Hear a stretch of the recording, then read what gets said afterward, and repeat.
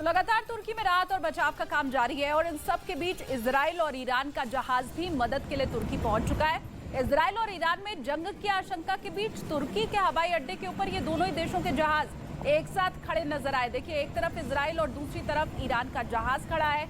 Israel Iran के बीच पिछले कुछ वक्त से तनाव है। आपको याद होगा कैसे खबरें ये मिल रही थी कि दोनों देशों में युद्ध भी छिड़ सकता है, लेकिन इन सब के बीच तुर्की में जो इस वक्त भूकंप आया है और उसके बाद जो विनाश की तस्वीरें दिखाई दे रही हैं, तो वहां पर इन दोनों ही देशों के जहाज एक साथ एक ही जगह पर खड़े दिखाई दिए। ये दोनों ही देश फिलहाल तुर्की की मदद के लिए सामने आए हैं, राहत और बचाव का सामान लेकर। ये दोनों देश का जो जहाज है वो फिलहाल तुर्की में खड़ा आपको दिखाई दे रहा है।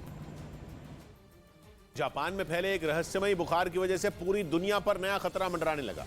जापान के स्वास्थ्य विभाग ने जो आंकड़े जारी किए उनके मुताबिक ये बुखार जापान के कई इलाकों में बहुत तेजी से फैला, जिसकी चपेट में आकर पिछले एक हफ्ते में करीब 50,000 लोग बीमार पड़ गए। जानकारी के मुताबिक अब तक जापान के 47 प्रांतों में करीब 51,000 मरीजों ने इस रहस्यमयी बुखार से बीमार पड़ने की शिकायत की, जिसके बाद जापान की सरकार इसे महामारी घोषित करने की तैयारी में है, क्योंकि वहाँ मरीजों का आंकड़ा हर गुजरते दिन के साथ बढ़ता जा रहा है। जापान के स्वास्थ्य विभाग के मुताबिक सबसे खराब स्थिति ओकिनावा प्रांत की है, जहाँ इस बुखार के करीब 41% मरीज हैं। वहीं जल्दी इससे राहत मिलने की उम्मीद भी नजर नहीं आ रही, क्योंकि डॉक्टरों का अनुमान है कि बुखार अभी और तेजी से फैलेगा।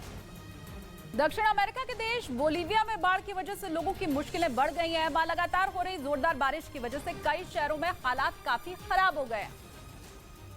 लेकिन बाढ़ की सबसे ज्यादा मार किसानों को झेलनी पड़ रही है, क्योंकि बारिश रुकने का नाम ही नहीं ले रही है। वहां बाढ़ की तबाही मचने का एक वीडियो सामने आया, जिससे खेतों से लेकर घरों तक सिर्फ पानी ही पानी नजर आया है। वहीं स्थानीय प्रशासन लगातार लोगों की मदद करने में जुटा है। लोगों को घरों से सुरक्षित स्थानों पर पहुंचाया जा रहा है, लेकिन लगातार हो रही बारिश राहत के काम में बाधा बन रही है। केंद्र सरकार ने नई हज नीति का ऐलान करते हुए हज यात्रा के लिए आवेदन को फ्री करने समेत कई बड़े बदलाव किए। पहले हर यात्री को 400 रुपए की फीस देनी पड़ती थी, लेकिन अब ये फीस नहीं देनी होगी। अल्पसंख्यक मंत्रालय के मुताबिक यात्रा पैकेज में भी कटौती की गई, जिससे अब हर यात्री को करीब 50,000 रुपए की बचत होगी। तो अब 45 साल से ज्यादा उम्र की महिला को भी अकेले हज यात्रा पर जाने की इजाजत मिल सकेगी।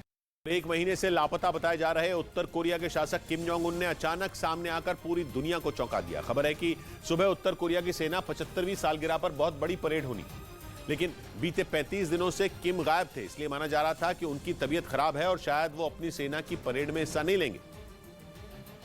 लेकिन परेड से ठीक 2 दिन पहले किम जोंग उन ने सीन में एंट्री मारी और अपनी सेना को जंग की तैयारी शुरू करने का ऑर्डर दे दिया। किम ने सेना के सीनियर अधिकारियों के साथ मीटिंग में दो टूक कहा कि ये चैन से बैठने का वक्त नहीं है।